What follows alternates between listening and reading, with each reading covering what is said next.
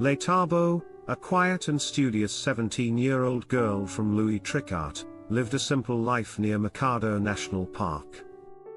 Each day she walked through grassy paths to attend school, her life seemingly ordinary, until she fell secretly in love with a boy from her class. Their youthful romance led to an unexpected pregnancy, and fear overwhelmed her. Unable to confide in anyone, not even her mother, Letabo tried to hide the growing life inside her, wearing oversized uniforms and carrying a heart full of dread. When the day came, Letabo skipped school and retreated to an old, abandoned room behind a former school building. There, in silence and solitude, she gave birth alone. The baby cried softly, small and weak but alive. Wrapping the child in a thin bear-printed towel, Letabo fed it the last of the formula, then quietly boarded a bus headed toward the edge of the national park. At sunrise, she walked deep into the dry grasslands, holding the baby close. The wind whipped through her hair as she searched for a hidden place, far from watchful eyes. Beneath a lone, ancient tree, she laid her baby down. Her lips trembled, tears streamed silently as the newborn cried out, echoing across the empty land. Letabo collapsed to the ground in grief, clutching the grass.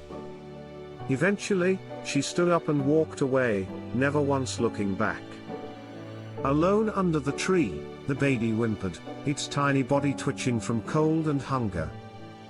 A brown squirrel briefly approached, sniffed the towel, and scampered away in fear. Moments later, heavy footsteps echoed across the plains. A large male lion, golden-maned and majestic, emerged from the brush. It did not roar or charge. Instead, it quietly approached the crying child and simply sat beside it, staring with strange, thoughtful eyes. 3 curious lion cubs trailed behind, but the male gently warned them back. He sniffed the baby and then lay down, guarding it as if it were his own. Hours passed.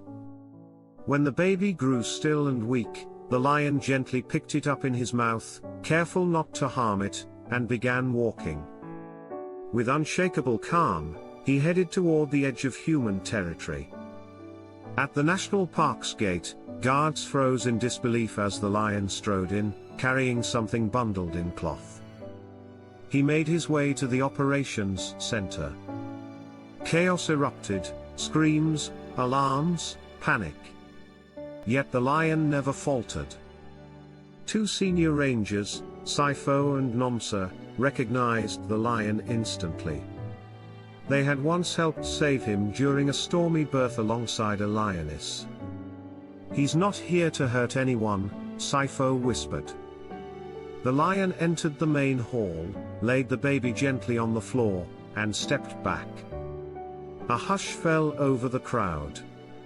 A medic rushed to the child while the lion simply turned and walked away. The baby was alive. Sifo watched as the lion paused at the gate, looked back once, and vanished into the grasslands. The story spread rapidly. A ranger named the baby Tumelor, meaning faith in Swana. As the search for the mother began, a bus driver recalled a quiet girl carrying a bag early that morning. Soon, police found Letabo, sitting alone near a stadium, clutching a book. When told her baby had been found alive, she broke into tears, confessing everything. She was taken to the center, where she collapsed at the baby's bedside, sobbing, "I'm sorry." Letabo reunited with her child, and the park named the lion Kanya, Light. What began in fear ended in hope. A lion had carried not just a baby, but a message of compassion that would be told for generations to come.